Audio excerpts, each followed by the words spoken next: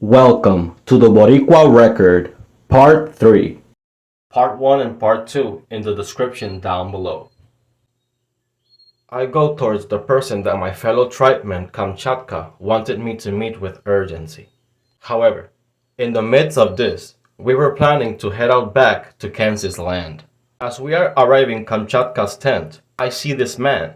It's a very old man. We had to wait for others because apparently he was sharing this story with most of our new clan, specifically the people from our tribes. It was at that same time that my spies come to inform that Kansas camp had only a few guards protecting our tribes from escaping.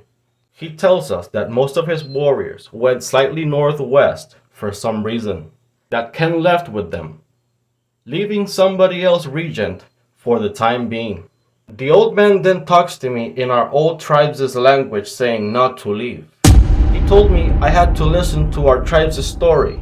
He wanted me to tell everybody our story in a campfire setting, but he thought my warriors and I had a high chance of survival. He said our unbreakable souls would keep the story of our origins alive long after our blood is dispersed along the world.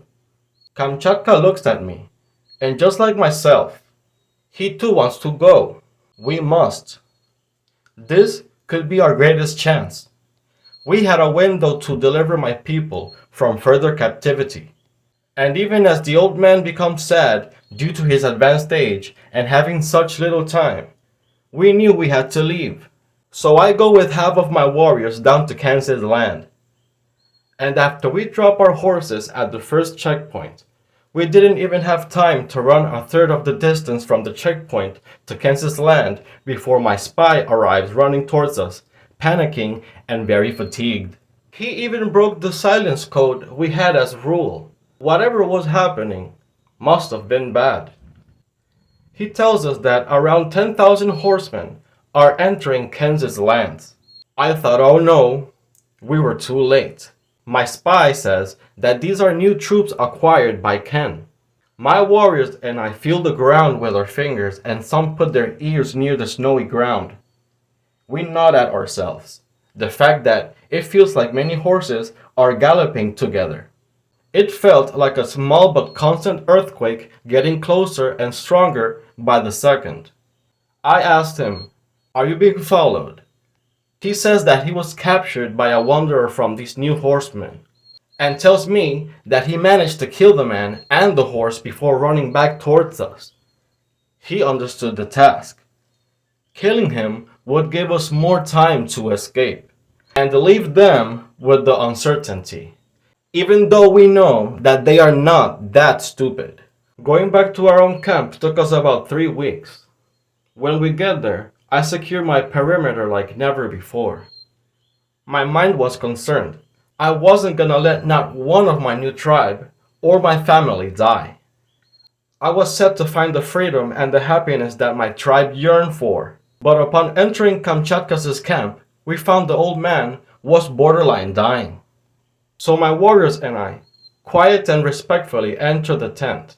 The old man tells us that he will start by the middle of the story. And he says, My name is not of this cold region. My name is Petros Bo Ephrael. I'm very old. Petros is my name. The other part, Bo Ephrael, means the son of the great Lord Ephraim. He who only a few hundred years in the past was the patriarch of our tribe.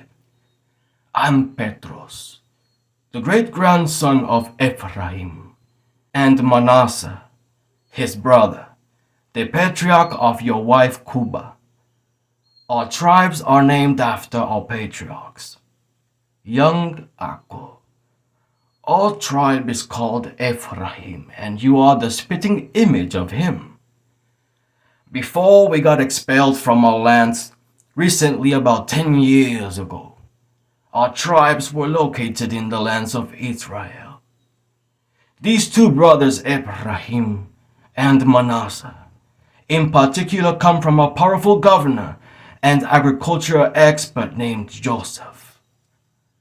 Although he was the governor, he was not from that place which he governed, nor his wife. Some say she was from this place. This place was called the land of Mizraim. Others called it Kemet. Joseph was a Hebrew or Hebrew, just like the rest of us. The wives that were chosen for most Hebrew were that of Aram, which is the place where the people of Javan were situated in the beginning. Her name, the wife of Joseph, was Asenath. Our tribe, the tribe of Ephraim, and Manasseh, your wife's tribe, are brother tribes. This is a glimpse of our tribe's ancestry. The patriarch of all was a king named Sayasudra, and also goes by the name Utnapishtim. He begot Shem, the father of Semites, who begot Arphaxad, who begot Selah, who begot Heber, who begot Peleg, who begot Reu, who begot Sirog, then Terah, and then Abraham, father of all our tribes. The lineage of the Hellenistic wives Semites would acquire goes from Sayasudra to Japhet, who begot Javan. We were living in South Mesopotamia, although us Semites we lived in many places like and Haran, and in different times some in the lands of Canaan and Mizraim, and so on. At a rough moment for us, when we were still just called Semites, when we still had not settled the Levant and our promised lands, our people's prince-like figure Joktan, also son of Heber, and the brother of Peleg, our other patriarch, smuggled us out of Shinar during the construction of the world's tallest ziggurat. We were ordered to partake in the bricklaying labor, to which we declined, and had to leave the cities and hide in the mountains, declining meant that Nimrod would persecute us. This construction of Nimrod's ziggurat went against our spirituality. This construction would offend our God. I learned how it was prophesied that we would be exiled from our own lands. We would be targeted because of our own beliefs that went against that of the spirituality of the Assyrians. Our priests would later discern that one of the reasons that we were going to be expelled from the lands that were promised to us, apart from the growing enemy, was also because it was said that our people's walk would eventually be taking off course. We failed to follow divine instruction. This worsened because of my generation and the rebellion of one of our patriarchs named Jakub. In ways, we would eventually give our backs to our own faith. The prophecy of our peoples affirms that our destiny is to be fruitful, and that we will blend into many nations around the world. We are Hebrew, and we are chosen by Him. Don't ever forget it. Manage to stay alive and find a place for our people. Be grateful for the others that have assisted us along the way. We are all brothers and sisters. I literally mean that. But I need to rest. He begins to fade from us, but I ask him, "Who is this him of which you speak?" He replies, "His name is the name above all other names." I ask him again, "But who is he?"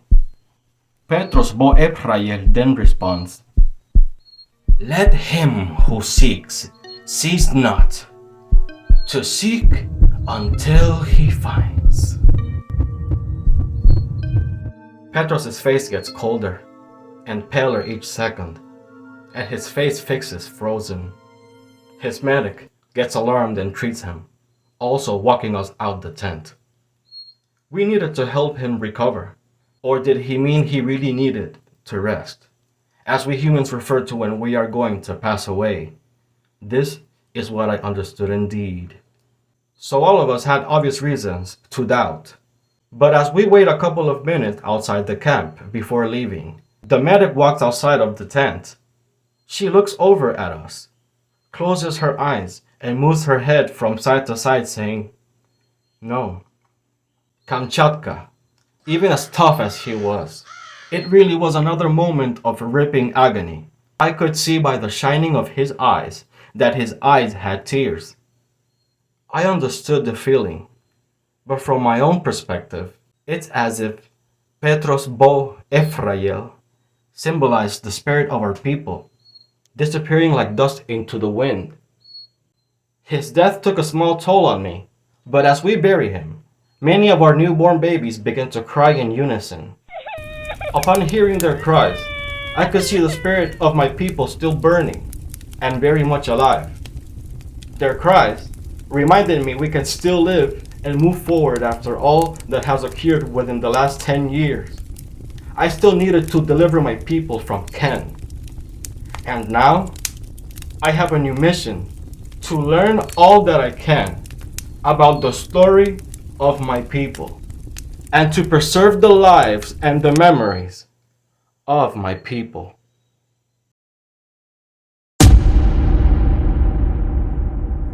Like, share, and subscribe. This is Abakétonë Borikéj, and I'll see you on the next video.